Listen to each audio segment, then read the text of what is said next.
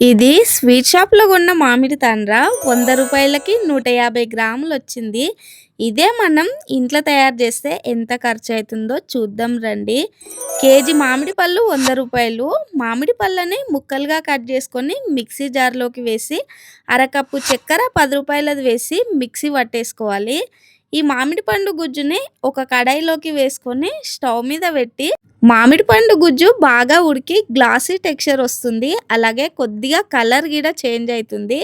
ఇప్పుడు వెంటనే stove off చేసుకొని ఈ మామిడి పండు గుజ్జుని ఒక గిన్నెలోకి వేసి ప్లేట్ అంతా కూడా పల్చగా స్ప్రెడ్ చేసుకొని 2 రోజుల పాటు ఎండలో వదిలేస్తే ఇంట్లోనే మామిడి తాండ్ర అయితే రెడీ అవుతుంది.